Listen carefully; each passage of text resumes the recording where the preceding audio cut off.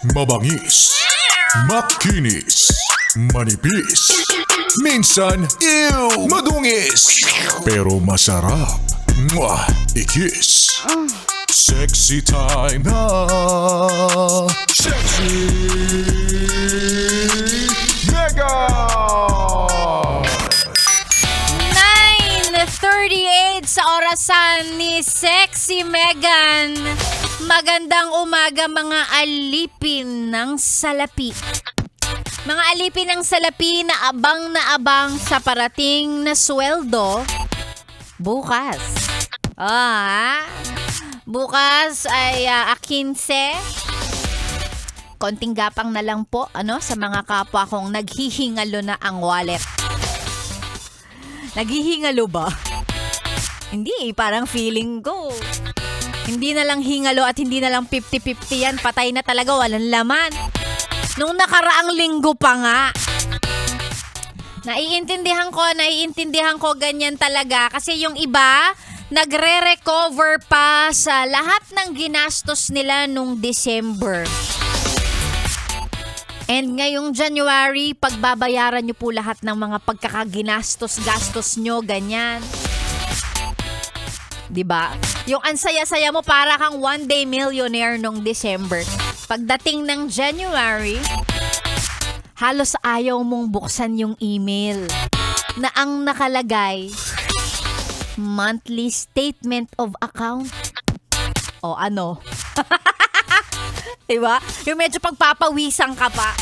Bago mo buksan, medyo nagme-mental calculate ka na. Parang feeling ko mga nasa ganitong amount yan.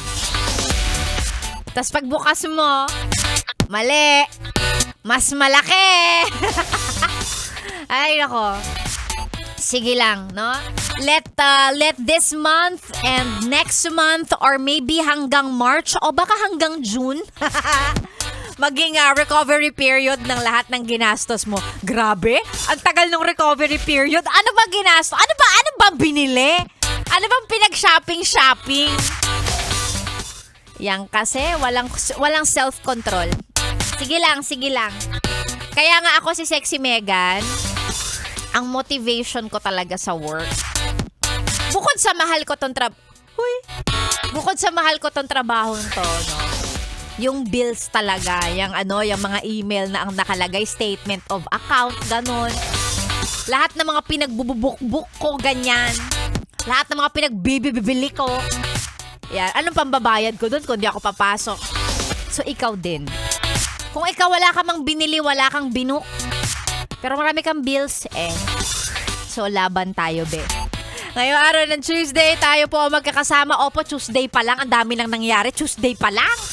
Magkasama tayo hanggang mamayang tanghali. Si Sexy Megan ay pwedeng makita. Meron tayong video stream, of course, video and audio stream sa ating website.